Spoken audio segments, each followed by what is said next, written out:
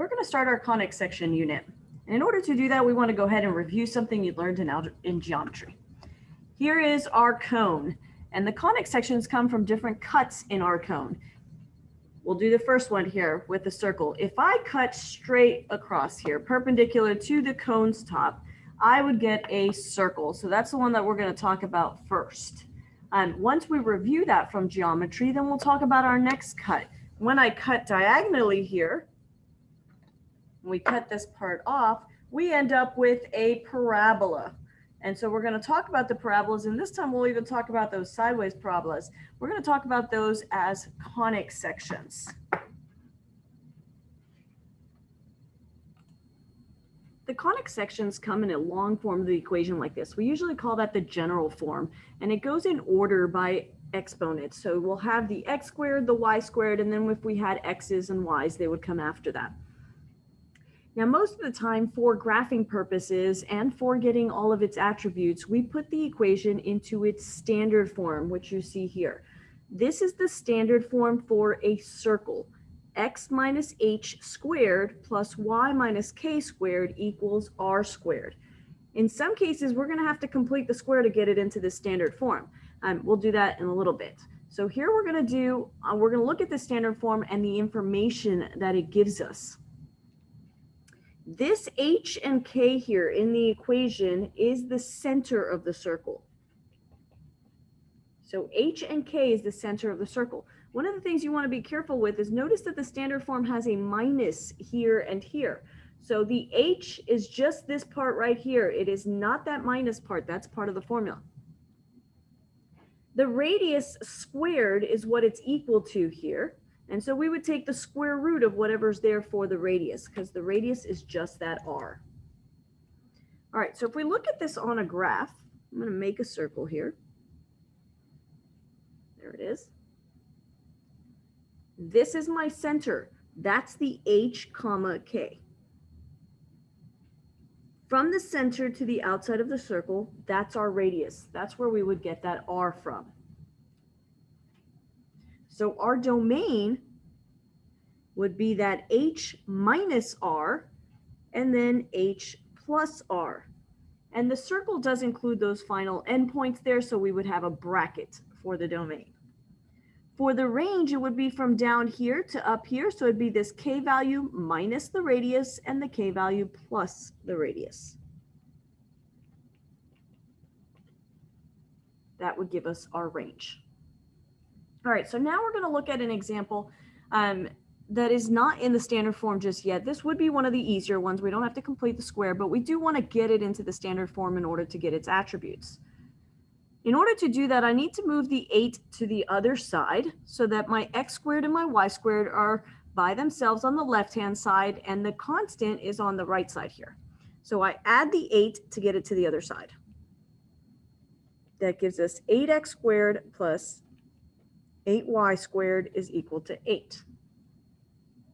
Now we shouldn't have a coefficient in front of the x squared, so I'm going to divide this whole thing by 8.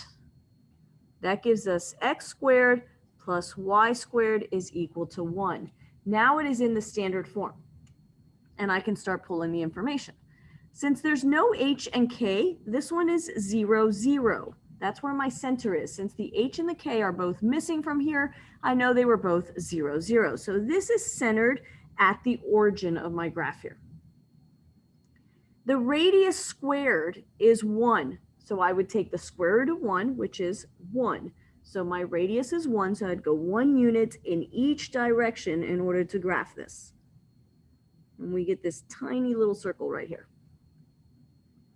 And so our domain would go from -1 to +1. And our range would do the same thing.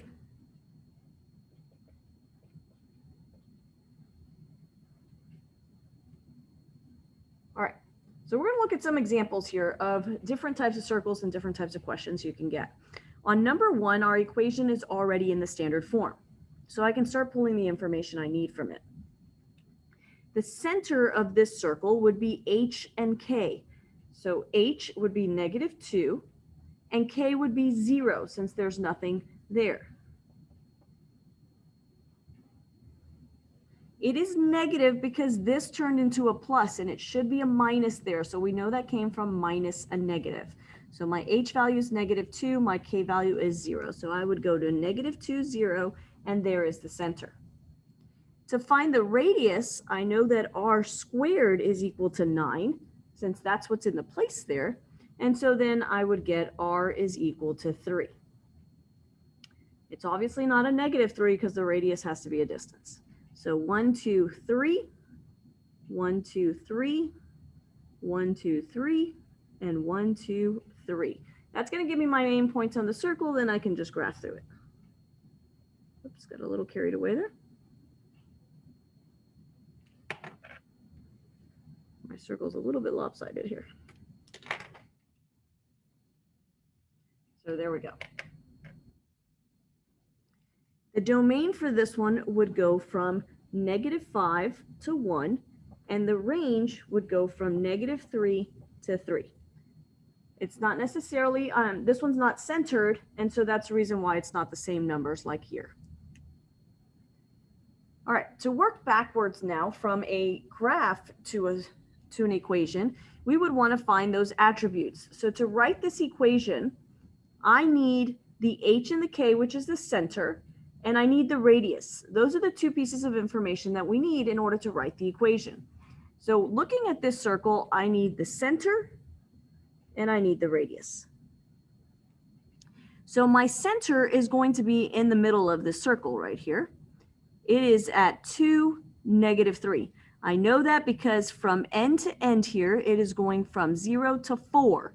So the midpoint would be 2 on the x's.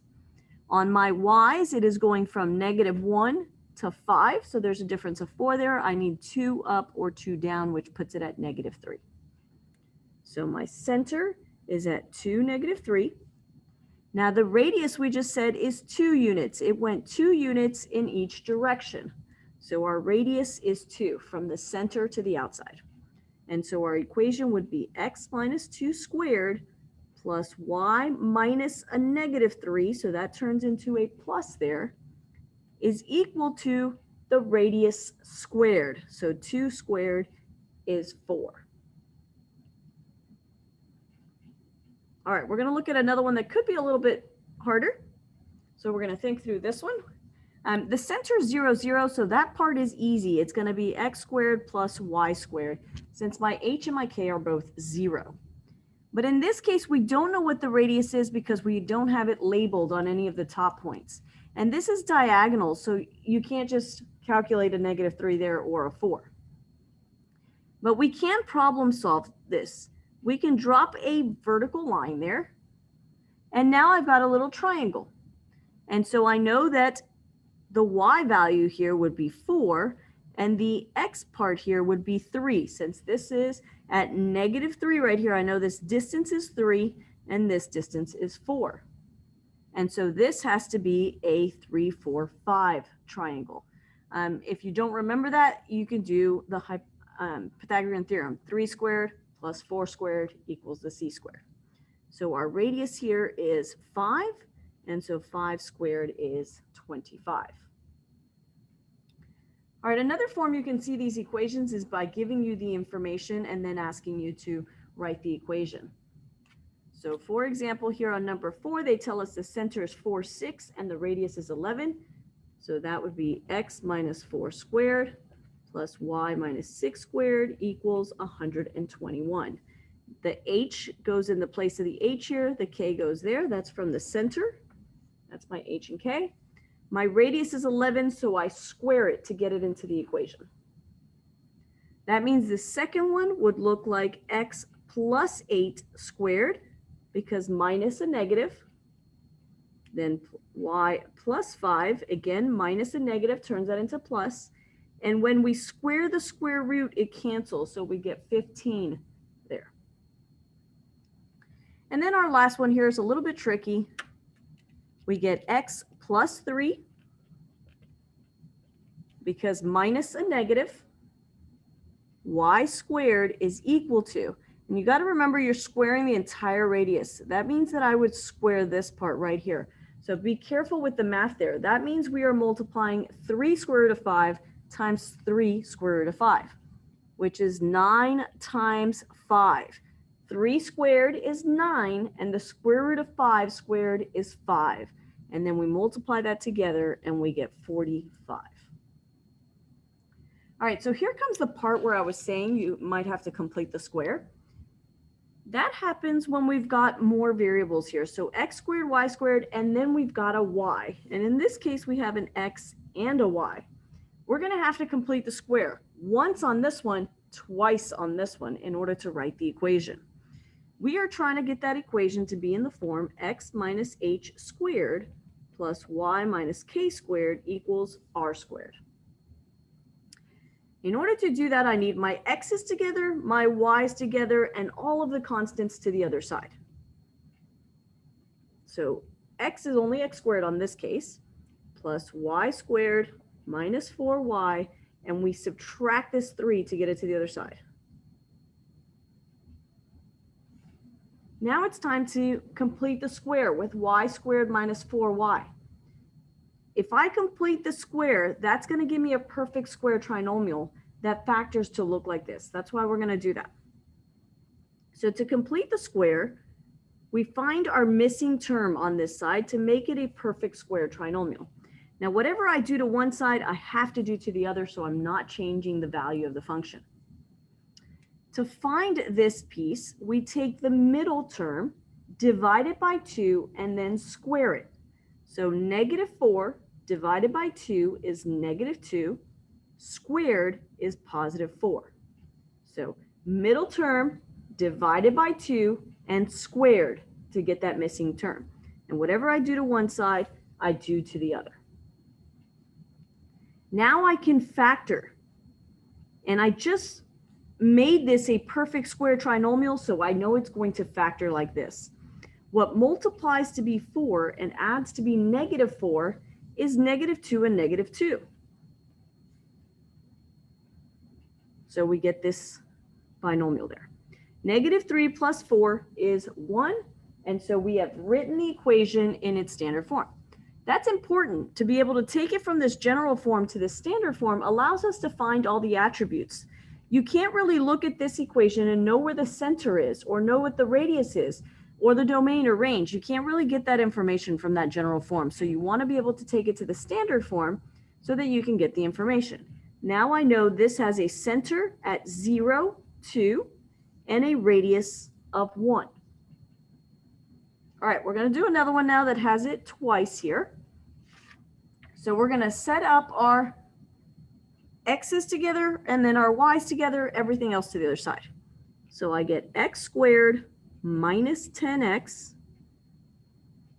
then y squared plus 20y is equal to negative 25. I took this 25 to the other side, so I subtracted 25 to get it to the other side, and then I just grouped my x's together and my y's together. In this case, I'm going to need to do this twice. So I'm going to find my missing piece.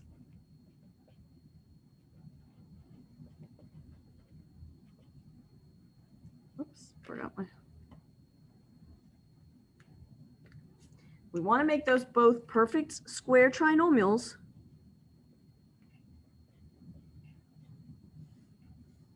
So I need a missing piece here to make this a perfect square trinomial. I need the missing piece here to make this part a perfect square trinomial, and whatever I do to one side, I have to do to the other. Now we're ready to find that missing piece. I find this middle term, divide by 2 and square. So negative 10 divided by 2 squared gives me 25. And I want to add 25 to get it to the other side. Whatever I do to one side, I have to do to the other. Then I take this middle term, divide it by 2, and then square it. So 20 divided by 2 is 10, squared is 100. And whatever I do to one side, I do to the other.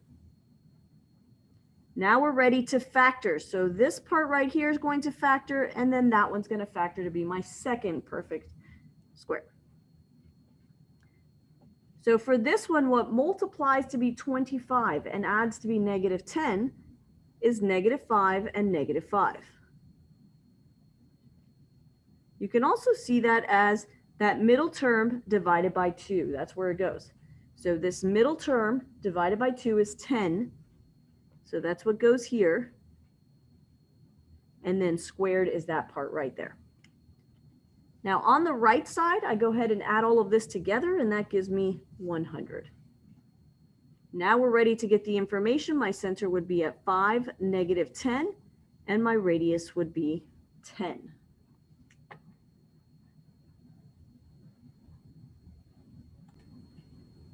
The last two we're going to look at today are going to be just a couple challenging questions for you to think through. Here it says the center is at 4, 5, and it is tangent to the y-axis. In this case, you're going to want to go ahead and sketch a picture so you can see what's going on. So my point at 4, 5 would be right here. If it is tangent to the y-axis, that means it's touching the y-axis, but not going across it. So we get a circle that looks like this. A little bit wonky, but there it is. With the information they gave us, I know that from the center to the outside, it has to be 4, since this is the point 4, 5, and this is touching the y-axis. So it's going from 0 to 4. So that gives me a radius of 4 and a center of 4, 5. So I can write my equation as x minus 4 squared plus y minus 5 squared is equal to 16, since my radius is 4. I took that and I squared it. The reason why I say this one's a little more challenging is you always need the center and you need the radius. That's what you need to write the equation of a circle, the center and the radius. However you find that information might be different ways. In this case, we knew that it was tangent to the y, so we can count it. You can use a formula, you can be given it, you can count it out, but make sure that you're able to get the radius somehow and the center, because that's what you're going to need in order to write the equation. So here's another one. The endpoints of the diameter of a circle are at -5, 3 and -3, 7. Write the equation of that circle. Again, so we're going to want to sketch a picture of this just to see what's going on. It's always good to see. So -5, 3 is right here, and -3, 7 is right here. So we've got a circle that looks like this. Oops, you can't see that. There we go. So this is -5, 3. And then that other one is -3, 7. So we want to write the equation to this. We do not have the center and we do not have the radius with the information given, but you should know how to find both of those. The center has to be the midpoint between those two. So in geometry, you learned the midpoint formula, where we take both of those values and add them together. So -5 plus -3 over 2. I took my two x's and added them together and divided by 2. That's going to give me the midpoint. And then for the y value, I take my two y values, so 3 plus 7, and add them together and divide by 2. So my midpoint is at -4, 5. That's the center of the circle. So now I've got the center. To find the radius, I'm going to have to think of some other way of finding it. So the diameter is from one point to the other, and the radius is half of that.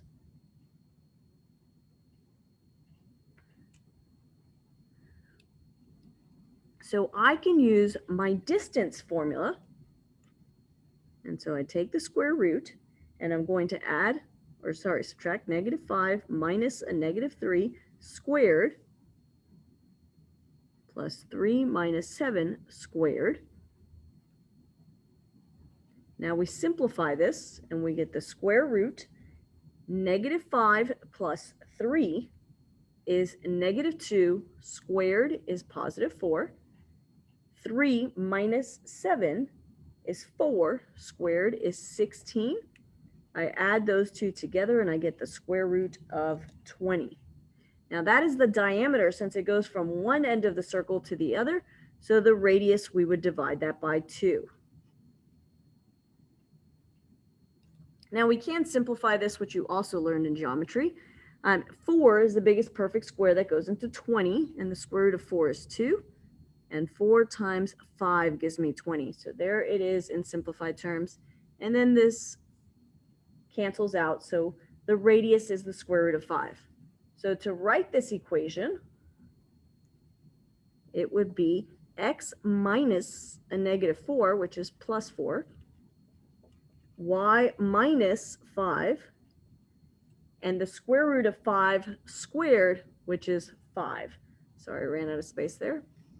And so we wrote the equation. That would probably be the hardest one that you saw. You had to find the radius through the distance formula. You had to find the center through the midpoint formula. But there's different ways you're going to need to be able to get that information, because to write the equation of a circle, you need the center and you need the radius.